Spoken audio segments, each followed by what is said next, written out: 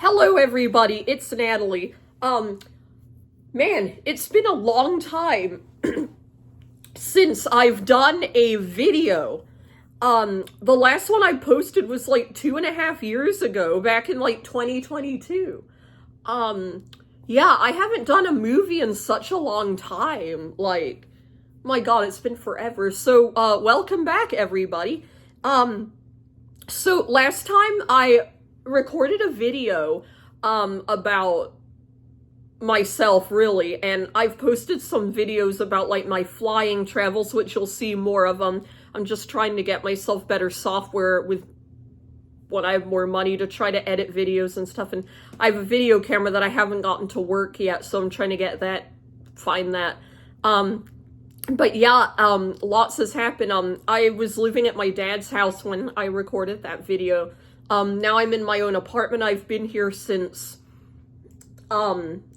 December of 2022, so 2 years and a month now. And, it's great living on my own. I'm basically still depending on my parents a little bit with, like, rent money, because I'm still learning how to budget money and stuff, but, it's getting better. I've got 2 new jobs now that I've had, one for like 3 months, the other 6 months. And yeah, I'm really happy. I'm working part-time at a grocery store as a personal shopper, and I'm also working at a salad place part-time as a salad maker, so those are going really well. I'm not gonna name the places, just, you know, because like of like advertising or like just you know, other stuff, personal stuff. Well, maybe just not relevant. Anyway, so yeah, no, I'll say where I'm working. So yeah, I have a job now at a salad place called Chopped, and I love it. It's great. I love my coworkers. And then I'm working as a personal in-store shopper at Whole Foods, and I'm really loving that. It's my position right now is temporary, but I'm hoping to go there part-time permanently because I really like it, so fingers crossed. Anyway, so a lot of stuff has happened. Yeah, everything's going really well. So I guess the one big thing is that I wanted to talk about in this video was I have officially been diagnosed with autism in the USA. I had a diagnosis of autism spectrum disorder when I was 6 back in the UK, in Scotland, where I was born and where I was from. And so since I live permanently in the United States, I wanted to go ahead and get a diagnosis in the USA, since this is where I live, basically. And I'm really happy that I actually got a definitive diagnosis. The person that assessed me basically was saying that I meet the criteria for autism. And there's 3 levels of autism under the DSM-5. There's level 1, meaning needing some support. Level 2, meaning you need substantial support. Level 3 is meaning you need a lot of support. And I actually met level 2. Because I have a lot of mental health issues. I have ADHD. I also have Tourette's syndrome, although we're in the process of seeing if I still have it or not. Because the person that was assessing me said that my so-called tics are more like autism-related stims. So we're trying to see if we can rule that out or rule that in, or I'm not sure. But I was really pushing for a definitive diagnosis, because basically what I was diagnosed with when I was in the UK was a complex communication disorder that meets the broader construct of an autism spectrum disorder, and that diagnosis just did not make sense to me. Like, they were like saying, well, you're on the spectrum, but you're not autistic, kind of like that. And again, autism is so underlooked in women, you know, and it's people seem to know it more in boys and men because they're more likely to have it, you know. And I was just like, I need a definitive diagnosis so I can get the help and services I need. And I got the results 2 days ago. And I said, yeah, level 2.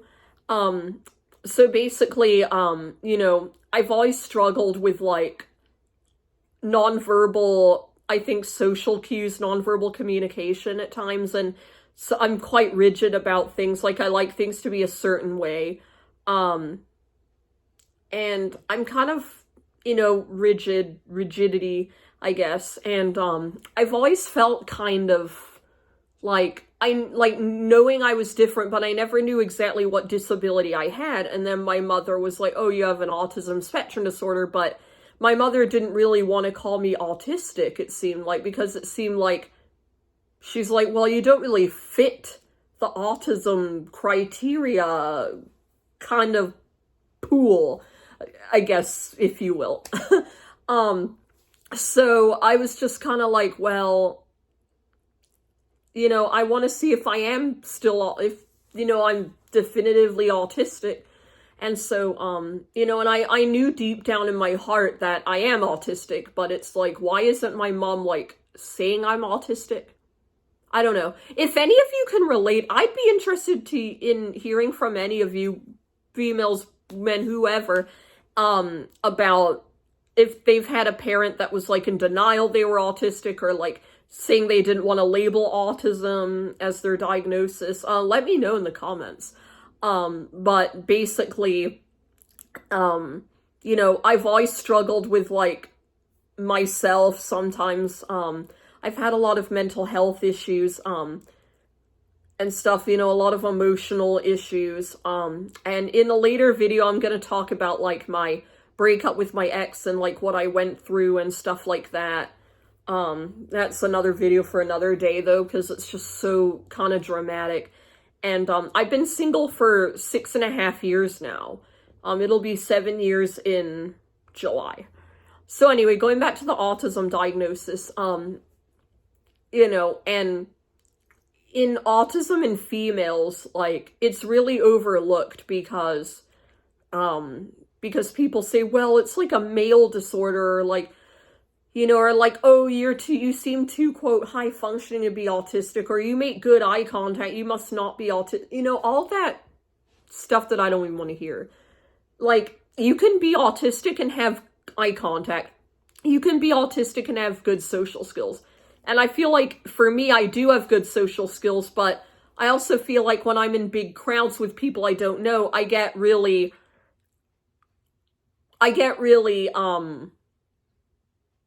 like, anxious and overwhelmed, and I don't know always how to, like, join in a conversation, and then I think that people are, like, ignoring me because they know, or they can sense that I'm different, so they don't want to talk to me, when in fact, that's only something that I'm saying to myself. It's not actually 100% proof, because that's coming from my own brain.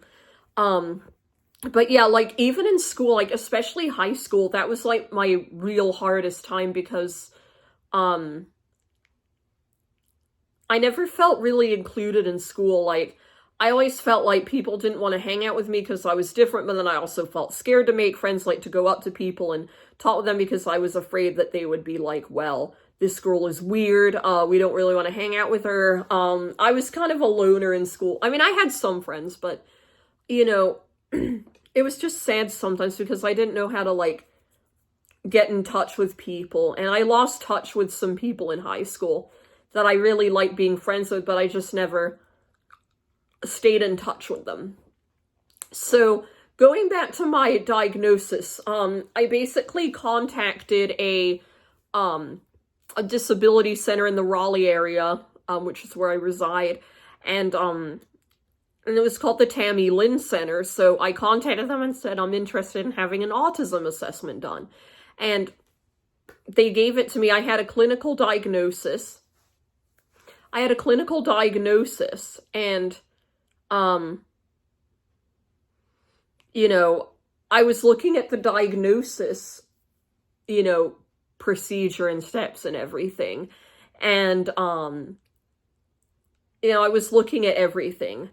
And, you know, and then the woman that assessed me said, oh yeah, clinical diagnosis of autism.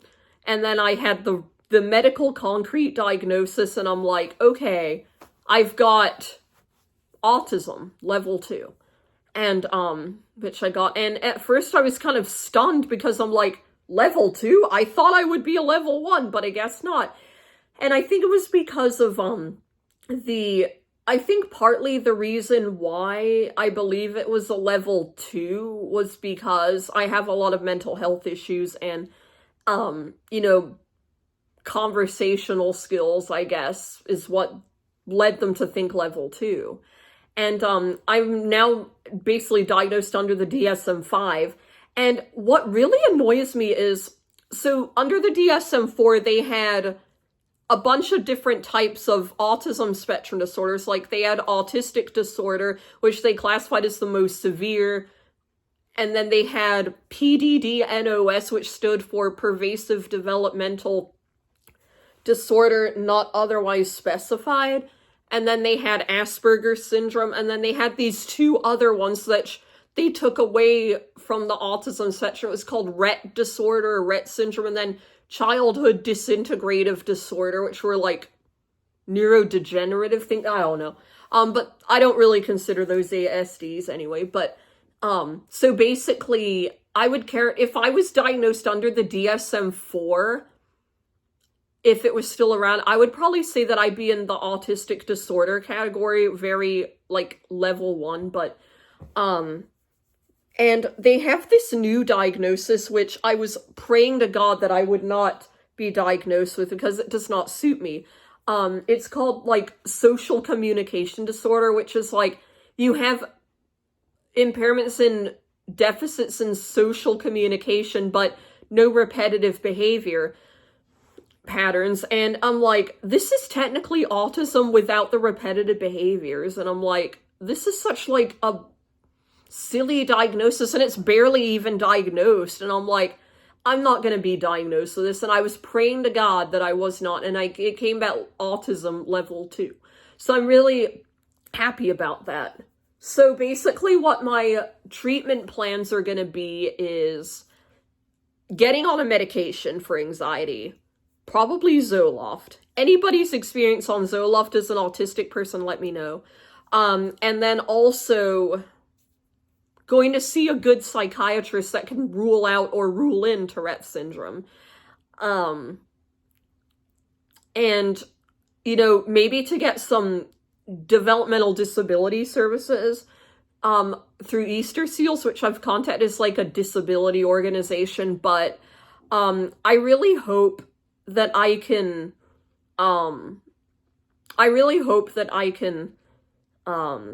get this help that I need. And, you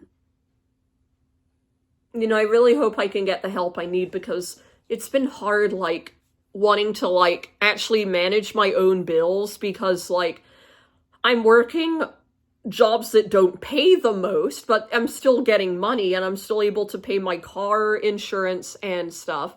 But, like, you know, I'm still depending on my parents for, like, paying my rent for most of the time. And so I want to be able to live independently on my own. Like, unless it's somebody I know, I don't really want to live with a roommate. You know, especially with how rigid I can be. Like, if somebody leaves a mess in my own house, I'll be very angry. I'll be very annoyed, and I won't be angry. I'll be very annoyed. I'll be like, please keep it clean. But anyway, so yeah, I'm living with my dog, Olive. She's great. I'm living with my cat, Serafina, who's also doing well. She's sitting next to me. Serafina! There she is. She's a shelter cat. It'll be 10 years since I adopted her. So yeah, I'm going back to the autism thing. And also I feel like, you know, living with ASD or autism spectrum disorder, it's definitely been hard for me, like, just like trying to relate to people and like understanding where other people are coming from and stuff. But I'm just so relieved that I got an official autism diagnosis. And I feel like this is who I am. I feel actually happy that I'm able to say that I am autistic, even though it sounds weird still because I haven't, you know. But I want to just tell people that being autistic is not bad. It's just a way of being. It's who you are as a person, and it's an identity. And, you know, and yes, I have a disability as well, but it's like, I take something good out of it. I don't just sulk here and say, oh, why?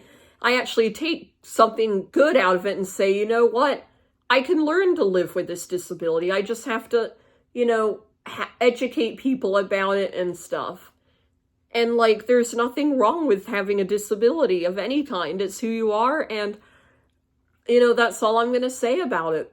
And, I'm really happy that I got the diagnosis, and I want to also let other women out there know that, you know, if you're interested in getting an autism assessment, I guarantee you, go and get it done, because,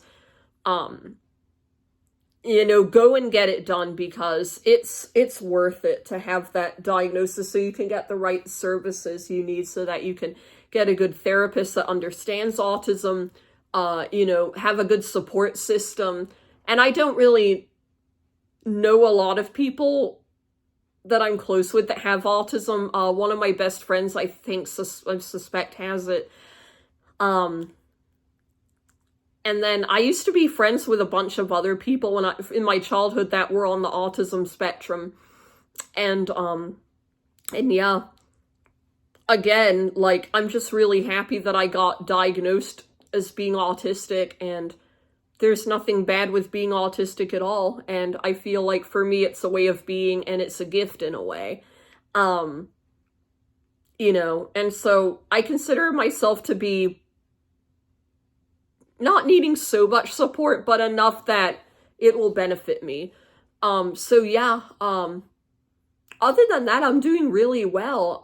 I miss vlogging a lot, and I need to build a better audience, because, you know, and again, like, if you're in the Raleigh Triangle area of North Carolina and you're watching this, by all means, you know, feel free to reach out to me. You know, because I'm trying to meet other people, like, in the Raleigh area, in the Triangle area, that also have autism. You know, like, we could hang out, or, like, just, you know, get to know each other and start a support group or something, because I'm trying to make more friends, at least, or, you know, something, some social event. Because, you know, being on the autism spectrum can be really lonely, and, you know, and my sister got married 1 year and 4 months ago, and, you know, she's older than me. She's neurotypical. She has type 1 diabetes, but, you know, and, you know, and sometimes I would get jealous because she has a husband and I'm single and I haven't found anyone yet. But then I tell myself, you know what? If I don't find anyone, that's fine. I'll be okay on my own, because I love to travel. I love to get out and, you know, hang out and learn new things and watch movies and stuff, do fun outdoor activities. But if I meet someone one day, great, wonderful. But I'll be patient. I'm not looking for anybody. It's not on my priority list right now. But I want to conclude this video by saying that, you know, pursuing an autism diagnosis is definitely a good idea if you really suspect that you are autistic, because when you get that diagnosis, you will get the help and services that you need. And I feel proud of myself, because I've actually done this hard work of trying to get the services that I need to help me be independent, so I can live a fulfilling, long, happy life with autism. And I'm happy to be who I am. It's just hard sometimes, but I have to remember that, you know, there are a lot of people out there that are in much worse situations than you at times, and, you know, but I'm happy. Like, I'm really happy that I got this autism diagnosis, and yeah, and I hope anyone out there that's looking for a diagnosis, you know, and if you're in the Raleigh area, I would suggest looking at Tammy Lynn Center, because they will give you an assessment. And I also have Medicaid now through Alliance Health, which is great, because then I'll be able to get disability services that are tailored to my needs. So anyway, I hope you all enjoyed this video. I will be posting some more flight videos on places I've flown to in the past few years. So yeah, stay tuned for that. Anyway, have a good night. Comment below if you have any questions or love my channel. Like, hit that like button and subscribe and share with your friends. Love you all. Bye.